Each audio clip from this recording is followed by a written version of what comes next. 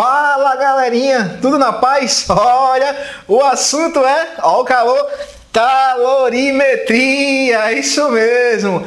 Super dicas com o professor Paulo Melo Lurdinas aí, ó, fazendo a sua melhor conexão. Vamos embora, viu?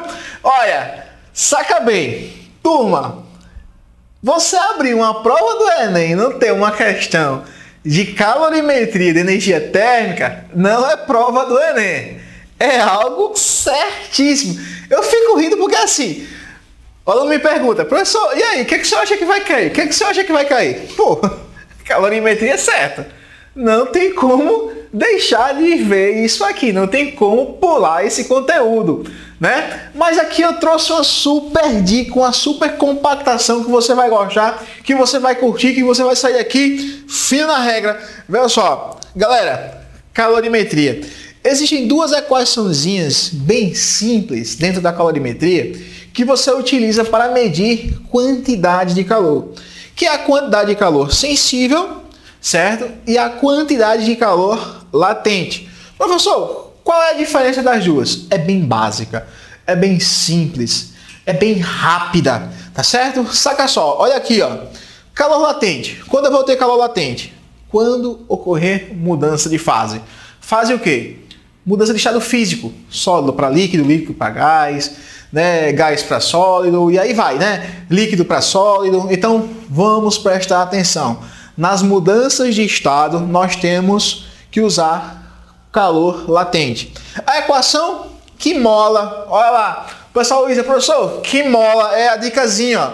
Q de quantidade de calor, M de massa e L de calor latente.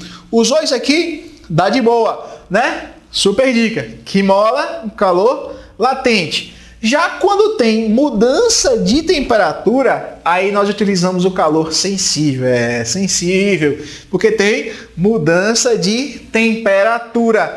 Veja só, usar quando ocorre aquecimento ou resfriamento. O aquecimento e o resfriamento é justamente quando temos variação de temperatura, tá certo?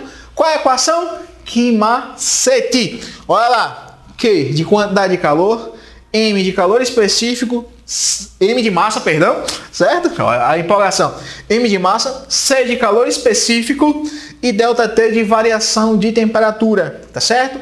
Pode ser em graus Celsius, pode ser em grau Kelvin, pode ser em Kelvin, que diga, pode ser em Kelvin, tá certo? E pode ser em grau Fahrenheit. É o que você fica dizendo, é grau, não. Bora lá.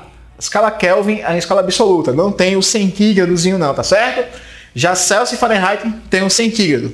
Vejam só, aí entra a situação. Sistema de trocas de calor. Como assim? Quando você coloca um corpo com temperatura diferente, né, de outro corpo em contato, você tem um corpo A e um corpo B, né?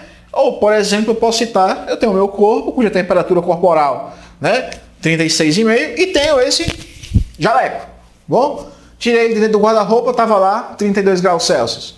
Quando eu coloco ele em contato com o meu corpo, ele vai dar uma esquentada, porque o meu corpo vai ceder calor para o jaleco.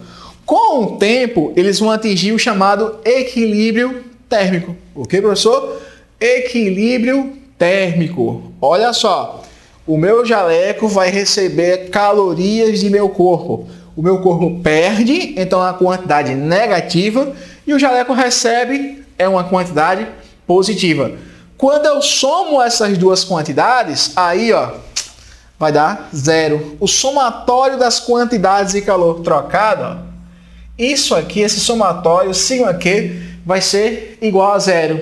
Né? Tem até um item que o pessoal já menciona bastante nas questões, que é o calorímetro, tá certo?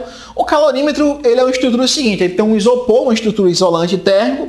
Aqui dentro tem um recipiente, que normalmente é metálico, com uma tampinha, e você coloca aqui dentro do calorímetro um termômetro, e este agitador, que no caso de você colocar um corpo mais aquecido com a água com a temperatura menor do que o corpo aquecido, você mexe a água, que é para que justamente ocorra essa troca de calor de uma forma mais rápida, mais efetiva, tá certo?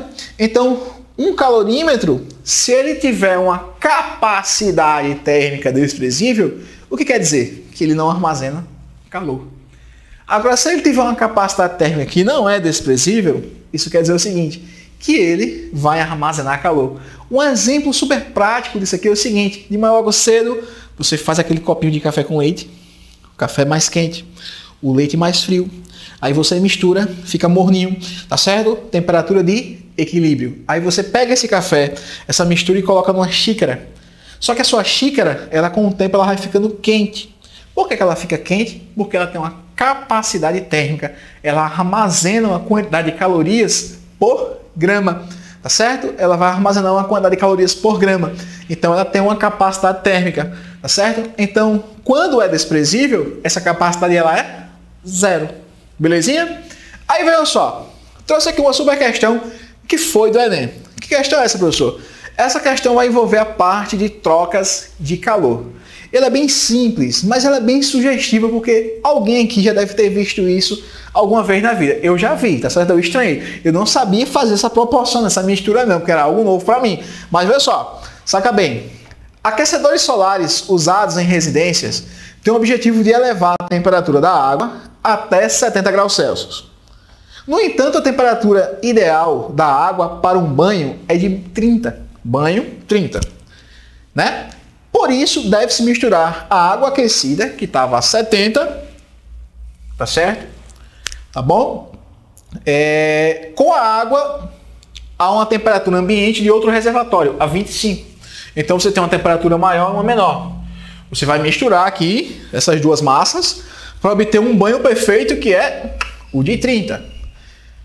Qual a razão entre a massa de água quente e a massa de água fria? Poxa, razão. Razão, lembra o quê? Divisão. Você vai ter que montar massa de ar. Você vai ter que montar assim, ó.